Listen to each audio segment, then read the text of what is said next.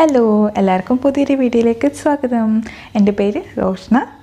ഞാനിവിടെ കുറച്ച് നെല്ലിക്ക ഉപ്പിലിടാമെന്ന് വിചാരിച്ചു. കുറച്ചധികം ഉണ്ടായിരുന്നു. പകുതി എടുത്ത് അച്ചാറിട്ടു, പകുതി എടുത്ത് ഉപ്പിലിടാമെന്ന് വിചാരിച്ചു. അപ്പോൾ നിങ്ങൾ വിചാരിക്കുന്നുണ്ടാവും നെല്ലിക്ക ഉപ്പിലിടുന്നൊക്കെ വലിയ സംഭവമാണ്. അതൊരു സിമ്പിളായിട്ടുള്ള കാര്യമല്ലേ, എല്ലാവരും ചെയ്യുന്ന കാര്യമല്ലേ, ഇതിലിത്ര വലിയ സ്പെഷ്യാലിറ്റി എന്താണെന്ന്. പക്ഷേ ഞാനിതിലൊരു സ്പെഷ്യൽ ഇൻഗ്രീഡിയൻറ്റ് ആഡ് ചെയ്യുന്നുണ്ട്. അപ്പോൾ അതെന്താണെന്ന് നിങ്ങൾക്കും കൂടെ ഷെയർ ചെയ്യാമെന്ന് വിചാരിച്ചിട്ടാണ് ഇന്നത്തെ ഈ ഒരു വീഡിയോ എടുത്തത്. ഫസ്റ്റ് നമ്മൾ നെല്ലിക്ക നല്ല വൃത്തിയായിട്ട് കഴുകുക എന്നുള്ളതാണ്. ഞാനിവിടെ സാധാരണ വെജിറ്റബിൾസൊക്കെ കഴുകുന്ന പോലെ തന്നെ കുറച്ച് ഉപ്പും കുറച്ച് വെള്ളം ഒഴിച്ച് സോക്ക് ചെയ്ത് വെക്കുകയാണ് 10 to 15 മിനിറ്റ്സ്. അതിനുശേഷം നല്ല വൃത്തിയായിട്ട് കഴുകി മാറ്റി വയ്ക്കും. അപ്പോൾ ഇതിവിടെ ഇരിക്കട്ടെ. ഇനി നമുക്ക് ഇതിന് വേണ്ട ബാക്കിയുള്ള കാര്യങ്ങളൊക്കെ ചെയ്ത് വയ്ക്കാം. ഞാനിവിടെ 4 പച്ചമുളകും എടുത്തിട്ടുണ്ട്. അത്യാവശ്യം വലുത് തന്നെയാണ് എടുത്തിട്ടുള്ളത്. അപ്പോൾ ഇതും കൂടെ നമുക്കൊന്ന് സോക്ക് ചെയ്ത് വയ്ക്കാം നെല്ലിക്കയുടെ കൂടെ. ഞാൻ കുറച്ച് നാൾ മുമ്പ് ഒരു കടയിൽ പോയി ഉപ്പിലിട്ട് നെല്ലിക്ക വാങ്ങിച്ചു. 4-5 വാങ്ങിച്ചു. ഞാൻ ഒരെണ്ണം അവിടെ നിന്ന് തന്നെ കഴിച്ചു. അടിപൊളിയായിരുന്നു, ഭയങ്കര ടേസ്റ്റ്. എത്ര പറഞ്ഞാലും മതിയാവില്ല. അവിടെ നിന്ന് ഞാൻ അവരുടെ ചോദിച്ചു, നിങ്ങളതിന് മാത്രം ഇത്രയും ടേസ്റ്റ് എങ്ങനെ, നിങ്ങൾ എന്ത് ഇൻഗ്രീഡിയൻ്റാണ് ചേർക്കുന്നത്, ഞങ്ങൾ വീട്ടിൽ നിന്ന് ഉണ്ടാക്കുമ്പോൾ ഇത്രയും ടേസ്റ്റ് വരാറില്ല എന്ന് പറഞ്ഞു. അപ്പോൾ അവർ പറഞ്ഞതാണ് ഈ ഒരു സ്പെഷ്യൽ ഇൻഗ്രീഡിയൻറ്റിനെ കുറിച്ച്. നിങ്ങൾ ഇതും കൂടെ ആഡ് ചെയ്ത് നോക്കുക, കുറച്ച് നാളും കൂടെ നിങ്ങൾക്ക് സൂക്ഷിക്കാനും പറ്റും. അതിപ്പോൾ ഏത് വെജിറ്റബിൾ ആണെങ്കിലും ശരി, ഇതും കൂടെ ആഡ് ചെയ്ത് നോക്കുക, കുറേ നാൾ സൂക്ഷിക്കാനും പറ്റും, നല്ല ടേസ്റ്റ് ആയിരിക്കുമെന്ന്. അങ്ങനെ ഞാനിത് ആഡ് ചെയ്യാൻ തുടങ്ങി. അപ്പോൾ ഇതാണ് നമ്മുടെ സ്പെഷ്യൽ ഇൻഗ്രീഡിയൻറ്റ്, വെളുത്തുള്ളിയും കൂടെ ചതച്ച് ഇതിൻ്റെ കൂടെ ചേർക്കുകയാണെങ്കിൽ നമ്മുടെ ഇപ്പോൾ മാങ്ങയാണെങ്കിലും ശരി, ചാമ്പയ്ക്കയാണെങ്കിലും ശരി, എന്താണെങ്കിലും നെല്ലിക്കയാണെങ്കിലും എന്താണെങ്കിലും നിങ്ങൾ ഇതും കൂടെ ഒന്ന് ആഡ് ചെയ്ത് നോക്കുക. ഭയങ്കര ടേസ്റ്റായിരിക്കും, നല്ല ടേസ്റ്റായിരിക്കും. ഞാൻ നേരത്തെ പറഞ്ഞ പോലെ കുറേ നാളും കൂടെ നിങ്ങൾക്ക് സൂക്ഷിക്കാനും പറ്റും, ചീത്തയാവാതെ സൂക്ഷിക്കാൻ പറ്റും.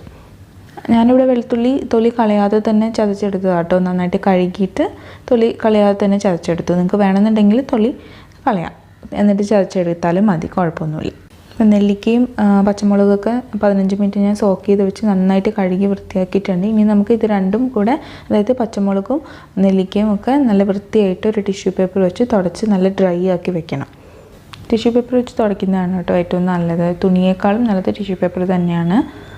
നമ്മൾ ഈ നെല്ലിക്ക ഉപ്പിലിടാൻ വേണ്ടി ഉണ്ടാക്കുന്ന വെള്ളം ഒഴിച്ച് മാത്രമേ ഇത് വെറ്റാക്കാൻ പാടുള്ളൂ.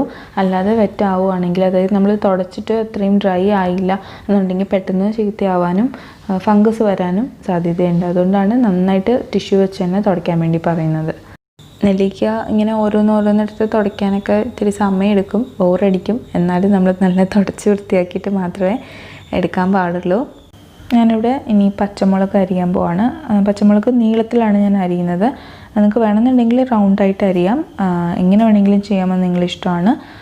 എങ്ങനെയാണെങ്കിലും എരിവ് പിടിക്കും. കൂടുതൽ പെട്ടെന്ന് എരിവ് പിടിക്കാനും കൂടുതൽ എരിവ് വരണമെന്നുണ്ടെങ്കിൽ നിങ്ങൾക്ക് ക്രഷ് ചെയ്തിട്ട് വേണമെങ്കിൽ ഇടാം, ചതച്ചിട്ട്. നമ്മൾ നേരത്തെ വെളുത്തുള്ളി ചതച്ചതുപോലെ തന്നെ പച്ചമുളകും ചതച്ചിട്ട് ഇടാം. അപ്പോൾ പെട്ടെന്ന് എരിവ് പിടിക്കും ചെയ്യും, കുറച്ച് കൂടുതൽ എരിവ് കിട്ടും. എരിവ് കൂടുതൽ ഇഷ്ടമുള്ള ആൾക്കാർക്കാണെങ്കിൽ അങ്ങനെ ട്രൈ ചെയ്ത് നോക്കാം കേട്ടോ. അപ്പം ഞാനിവിടെ പച്ചമുളക് നന്നായിട്ട് അരിഞ്ഞെടുത്തിട്ടുണ്ട്. ഇനി നമുക്ക് സ്റ്റൗവിൽ കുറച്ച് വെള്ളം വയ്ക്കാം. ഞാൻ ഇതിന് ആവശ്യമുള്ള വെള്ളം വെച്ചിട്ടുണ്ട്. നിങ്ങളുടെ നെല്ലിക്ക എത്രയുണ്ട് ക്വാണ്ടിറ്റി അനുസരിച്ചിട്ടാണ് വെള്ളം വയ്ക്കേണ്ടത്. ഇത് നന്നായിട്ട് തിളച്ച് വരുമ്പോൾ, നന്നായിട്ട് ബോയിലായി വരുമ്പോഴത്തേക്കും നമ്മുടെ നെല്ലിക്ക ഇട്ട് കൊടുക്കുക. അതുപോലെ തന്നെ അരിഞ്ഞു വെച്ച പച്ചമുളകും ആഡ് ചെയ്യുക. പിന്നെ നമ്മുടെ ചതച്ച് വെച്ച വെളുത്തുള്ളിയും ആഡ് ചെയ്ത് കൊടുക്കുക. ഞാനിവിടെ സ്റ്റവ് ഓഫ് ചെയ്തിട്ടുണ്ട്. നിങ്ങൾക്ക് നെല്ലിക്ക നല്ല സോഫ്റ്റായി കിട്ടണമെന്നുണ്ടെങ്കിൽ കുറച്ച് നേരം കൂടെ വെച്ചിട്ട് സ്റ്റവ് ഓഫ് ചെയ്താൽ മതി. എനിക്ക് എത്ര സോഫ്റ്റ് ആവുന്നത് ഇഷ്ടമല്ല, അതുകൊണ്ടാണ് ഞാൻ പെട്ടെന്ന് തന്നെ ഓഫ് ചെയ്തത്. ഇനി നമുക്ക് കുറച്ച് നേരം ഇത് തണുക്കാൻ വേണ്ടി വെക്കാം.